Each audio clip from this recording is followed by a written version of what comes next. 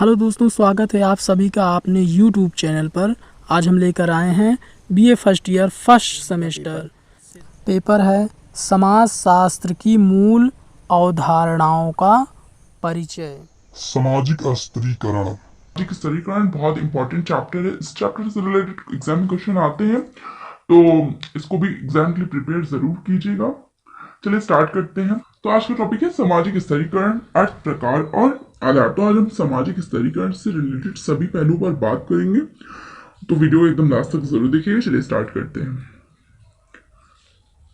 सामाजिक स्त्रीकरण का अर्थ एवं परिभाषा। तो सामाजिक स्त्रीकरण वह सामाजिक व्यवस्था है जिसके अंतर्गत समाज के विभिन्न समूहों को क्रमशः उच्च से निम्न तक की स्थिति, पद या स्थान प्राप्त होते हैं और इसी के अनुसार एक समूह विशेष कुछ विशेष अधिकारों अथवा योग्यताओं का भी हकदार होता है। दूसरे शब्दों में हम ये कह सकते हैं कि सामाजिक स्त्रीकरण समाज को विभिन्न उच्च और निम्न वर्गों में विभाजित करने की और उसी के अनुसार सामाजिक संरचनाओं को, उनकी स्थिति व भूमिका को निर्धारित करने की एक सामाजिक व्यवस्था है। तो इस ऑफिशियल मतलब की परिभाषा के अकॉर्डिंग हम कह सकते हैं कि सामाजिक स्थिरीकरण एक सामाजिक व्यवस्था है जिसके अंतर्गत समाज में रहने वाले व्यक्तियों को भिन्न भिन्न प्रकार के वर्गों में विभक्त किया जाता है, यानी उनको स्तरों में विभक्त किया जाता है, इसलिए उसे स्थिरीकरण भी कहते हैं। तो जैसे कि हमारे समाज की संरचना है, जो जिस हिसाब से समाज चल रहा है, जो व्यवस्था है उसमें विघटन हो जाता है या फिर कुछ ऐसे चीजें हो जाती हैं, तो उस हिसाब से सामाजिक स्थिरीकरण भी होता है। जैसे कि बहुत ज्यादा रिच लोग हैं वो उच्च वर्ग में रहेंगे, जो उससे कम है मिडिल क्लास है वो मिडिल वर्ग में रहेंगे, मध्यम वर्ग में रहेंगे, और जो सबसे नीचे यानी नीचे तबके के लोग हैं जो रोज की मजदूरी करके अपना गुजर बसर करते हैं या झोपड़पट्टियों में रहते हैं, तो इस तरह के लोग निम्न वर्ग में आते हो। तो समाज में रहने वाले अलग अलग प्रकार के व्यक्ति होते हैं, अमीर भी होते हैं, गरीब भी होते हैं, और जो मिडिल क्लास होते हैं वो भी होते हैं। तो समाज की व्यवस्था को सुचारू रूप से चलाने के लिए क्या किया गया कि समाज को निम्न वर्गों में, मतलब कि 3 वर्गों में विभक्त किया गया, जिनमें पहला वर्ग उच्च है, दूसरा मिडिल है यानी मध्यम वर्ग है, और तीसरा निम्न वर्ग है। तो इस तरह से समाज का स्तरीकरण किया गया और सामाजिक व्यवस्था में उनकी स्थिति और भूमिका को निर्धारित कर दिया गया।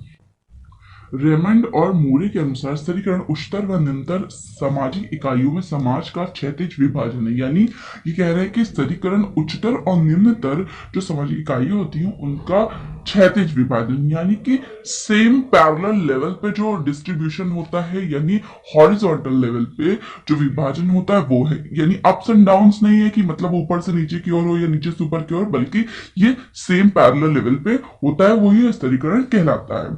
नेक्स्ट है डेविस तथा मूरे के शब्दों में सामाजिक स्तरीकरण अपेक्षा कम सामाजिक गतिशीलता की दशा में पूर्व स्थिति को बनाए रखने का एक महत्वपूर्ण तरीका है। डेविस और मूरे कह रहे हैं कि सामाजिक स्तरीकरण सामाजिक गतिशीलता की दशा में पहले की स्थिति को बनाए रखने के लिए एक महत्वपूर्ण तरीका है, यानी इन डिवीजन के अकॉर्डिंग समाज को सुचारू रूप से चलाया जाता है और सामाजिक व्यवस्था उसी तरह निर्धारित भी रहती है। नेक्स्ट है ऑगबर्न तथा निमकॉफ के अनुसार स्तरीकरण वह प्रक्रिया है जिससे व्यक्ति और समूह का एक स्थिर स्थिति में क्रमता में विभाजित हो जाना। यानी ऑगबर्न और निमकॉफ कह रहे हैं कि स्तरीकरण एक ऐसी प्रक्रिया है जिसमें समूह के व्यक्ति स्थिर रूप से रहते हैं, गतिशील ही रहते, स्थिर रहते हैं, लेकिन उनके लाइफ स्टाइल और स्थिति के अकॉर्डिंग उन्हें विभाजित कर दिया जाता है, निम्न से उच्च, उच्च से निम्न और मध्यम वर्ग के अंतर्गत। इस प्रकार हम ये कह सकते हैं कि सामाजिक स्तरीकरण वह प्रक्रिया है जिसके अंतर्गत कुछ सामाजिक मूल्य और नियमों के अनुसार समाज अनेक उच्च और निम्न समूहों में विभक्त हो जाता है और यह समूह एक दूसरे से पूर्णतः पृथक न रहकर कार्यात्मक रूप से एक दूसरे के सहयोगी बने होते हैं और अपने अपने कार्यों और सामाजिक व्यवस्था को सुदृढ़ बनाने में भी योगदान देते हैं।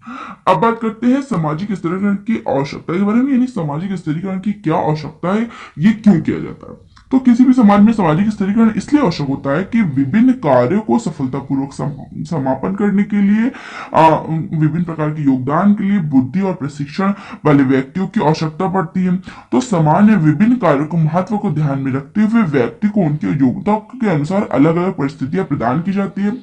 प्रत्येक समाज यह चाहता है कि प्रत्येक पद पर ऐसे व्यक्ति आसीन हो जो पदों के अनुरूप योग्यता रखते हों तथा उत्तरदायित्व पूर्ण ढंग से अपने कर्तव्य का पालन भी करें। तो समाज में अधिक महत्वपूर्ण समझे जाने वाले पदों के लिए विशेष प्रशिक्षण और विशेष योग्यता की आवश्यकता पड़ती है, जिसके लिए प्रत्येक समाज में अधिक पुरस्कार की व्यवस्था करता है और समाज व्यक्तियों की क्षमताओं को ध्यान में रखते हुए उन्हें विभिन्न पदों पर आरूढ़ भी करते हैं। इस प्रकार करने से समाज को योग्य और प्रतिभाशाली व्यक्ति और सेवापूर्ण व्यक्ति भी मिल जाते हैं। तो समाज के विकास को समाज को विकास के मार्ग पर बढ़ाने के लिए इस तरह से सामाजिक स्तरीकरण की व्यवस्था की जाती है कि समाज में जो योग्य व्यक्ति हैं, जिनकी किसी कार्य को करने के लिए योग्यता है, जो स्पेशल है, स्पेशलिस्ट है, तो उन्हें उनके योग्यता के अनुसार ही पद भी मिले और समाज का कल्याण भी हो सके। अब बात करते हैं सामाजिक स्तरीकरण के प्रमुख आधार के बारे में, यानी सामाजिक स्तरीकरण के कौन कौन से आधार प्रमुख है। तो जिनमें पहला है आयु, लिंग भेद, संपत्ति, धार्मिक ज्ञान, जन्म, शारीरिक और बौद्धिक कुशलता, प्रजाति भेद।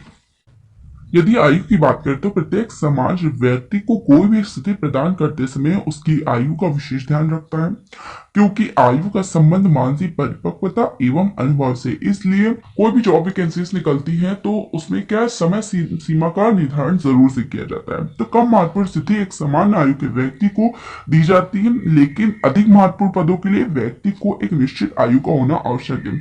उदाहरण के लिए जैसे कि हमारे भारत में राष्ट्रपति के लिए 35 वर्ष की आयु से कम का व्यक्ति नहीं हो सकता। तो इसी प्रकार बच्चे, युवक, प्रौढ़ और व्यक्तियों और वृद्धजनों की प्रतिष्ठा और सामाजिक स्थिति एक दूसरे से पूर्णतः भिन्न होती है। इसलिए भारतीय सामाजिक व्यवस्था में तो आयु का इतना अधिक महत्व है कि परिवार, व्यवसाय और संपूर्ण समूह में व्यक्ति की सामाजिक स्थिति उसकी आयु पर ही सर्वाधिक निर्भर करती है।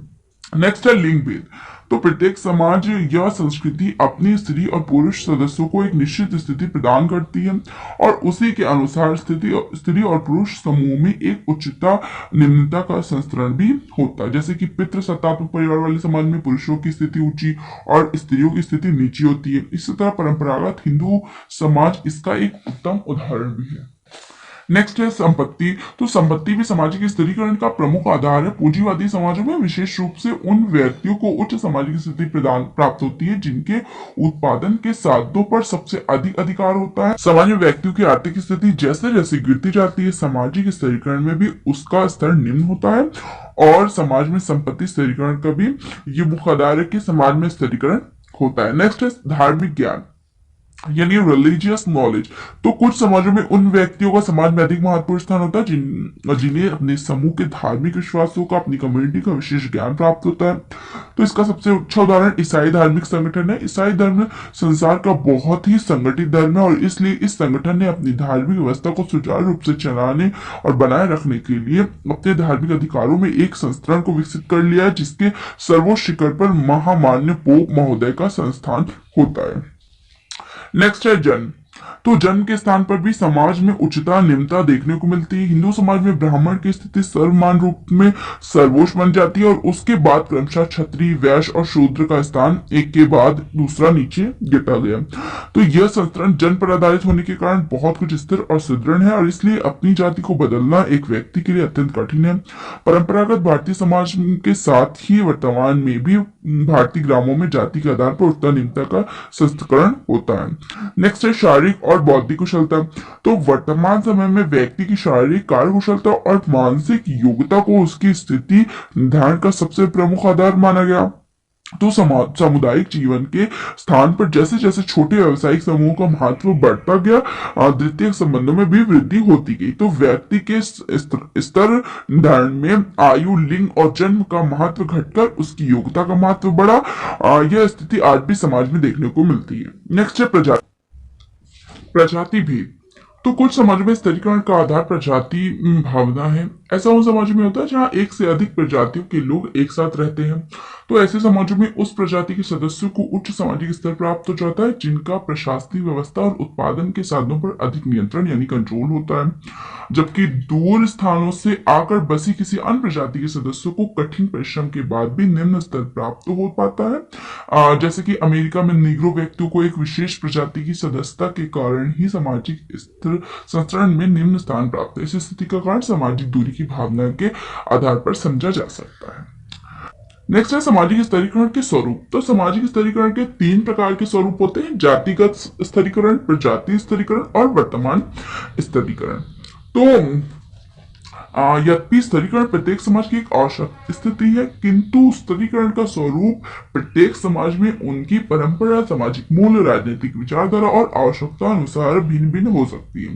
यह स्तरीकरण किसी समाज में स्थायी रूप लेता है, जिससे अनेक वर्षों तक कठिनता से कोई परिवर्तन नहीं हो पाता, जबकि कुछ समाजों में तीव्र गति से परिवर्तन होते रहते हैं। इसके आधार पर यह आवश्यक हो जाता है कि वर्तमान विश्लेषण में हम सामाजिक स्तरीकरण के विभिन्न स्वरूप को समझ सकते हैं। तो यदि इनके स्वरूपों की बात करें तो जाति के स्तरीकरण पहला है, तो इनमें जन्म के आधार पर निश्चित स्तरीकरण की एकदम अभिव्यक्ति जातिगत स्तरीकरण होती है। परंपरागत भारतीय समाज में स्तरीकरण का जाति स्वरूप अत्यंत ही स्पष्ट रहा। इसका प्रभाव इतना ज्यादा विस्तृत था कि भारत के बाहर से आकर बसने वाले विदेशी समूह जैसे मुसलमान, ईसाई आदि भी इसके प्रभाव से अपने को मुक्त न रख सके। जातिगत स्तरीकरण के अंतर्गत ब्राह्मणों की स्थिति समान रूप से सबसे ऊंची थी और उनके बाद क्रमशः क्षत्रिय, वैश्य और शूद्रों का स्थान था। तो बेसिकली जाति का स्तरीकरण जन्म पर आधारित होता है, अतः स्तरीकरण के अन्य सभी स्वरूपों से अधिक स्थिर और निश्चित स्तरीकरण कहा जाता है। जिस व्यक्ति का जन्म एक बार किसी परिवार में हो गया तो वो अपनी पूरी जिंदगी के लिए उस जाति की स्थिति को प्राप्त कर लेता है। अतः इस प्रकार के स्तरीकरण में उच्च स्तर से निम्न स्तर को या निम्न स्तर से उच्च स्तर को सदस्यों में आना जाना समानता संभव नहीं होता है। नेक्स्ट है प्रजातीय स्तरीकरण। तो स्तरीकरण का दूसरा स्वरूप जाति स्तरीकरण से कुछ मिलता जुलता है, यानी प्रजाति स्तरीकरण है। कुछ निश्चित लक्षणों के आधार पर एक प्रजाति को हम दूसरी प्रजाति से अलग करते हैं, और चूंकि शारीरिक लक्षणों में अच्छे बुरे उच्चता निम्नता का कोई औचित्य नहीं होता, इसलिए प्रजाति आधार पर सामाजिक स्तरीकरण नहीं होना चाहिए। किंतु वास्तव में ऐसा नहीं है और कुछ समाजों में प्रजाति श्रेष्ठता या निम्नता के सिद्धांतों को केवल माना ही नहीं जाता बल्कि उन्हें खुले और तौर पर लागू भी किया जाता है। तो परिणाम स्वरूप सामाजिक स्तरीकरण का एक स्पष्ट स्वरूप सामने आता है। इसके अनुसार श्वेत प्रजाति की स्थिति सबसे अधिक होती है। इस प्रकार स्तरीकरण का सर्वोत्तम उदाहरण अमेरिका में देखने को मिलता है। नेक्स्ट है वर्गगत स्तरीकरण। तो वर्गगत स्तरीकरण यानी क्लास का जो स्तरीकरण होता है, तो आधुनिक युग में मतलब आधुनिक युग की एक विलक्षणता ये भी है, लेकिन आदिम समाज में ये वर्ग संगत स्तरीकरण देखने को मिलता था। तो इस प्रकार संरचना, आयु, व्यवसाय, आय, संपत्ति, धर्म, राजनीतिक सत्ता, शिक्षा, कार्यकुशलता आदि के आधार पर ये संस्करण होता है, क्योंकि इनके आधार पर कोई व्यक्ति एक निश्चित स्थिति प्राप्त हो जाती है और समान स्थिति वाले व्यक्ति मिलकर समाज में एक स्तर का निर्माण करते हैं। वर्ग का मतलब है क्लासेस में डिवीजन करना, यानी उच्च, निम्न, मिडिल क्लास के अकॉर्डिंग, यानी संपत्ति के आधार पर बेसिकली ये वर्ग में डिस्ट्रीब्यूशन किया जाता है।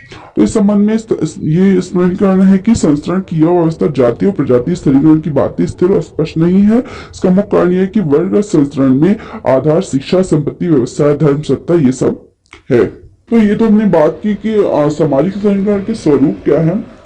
इस चैप्टर से रिलेटेड कुछ क्वेश्चंस देख लेते हैं। पहला क्वेश्चन है सामाजिक स्तरीकरण का अर्थ, परिभाषा, आवश्यकता पर प्रकाश डालिए। नेक्स्ट क्वेश्चन है सामाजिक स्तरीकरण के प्रमुख आधारों की विवेचना कीजिए। क्वेश्चन है सामाजिक स्तरीकरण के स्वरूप का वर्णन कीजिए। तो ये 3 क्वेश्चन जो इस चैप्टर से रिलेटेड लॉन्ग क्वेश्चन है, बहुत इंपॉर्टेंट है, इसलिए इन क्वेश्चन को सॉल्व करके अपनी नोटबुक में जरूर लिखिएगा। वीडियो अच्छी लगे तो लाइक कर दीजिएगा, चैनल पे नए तो सब्सक्राइब करके बेल आइकन को जरूर से प्रेस कीजिएगा और अपने दोस्तों के साथ भी शेयर कर दीजिएगा। ये मिलता है नेक्स्ट वीडियो में, तब तक के लिए अपना खूब ख्याल रखिए। Bye bye.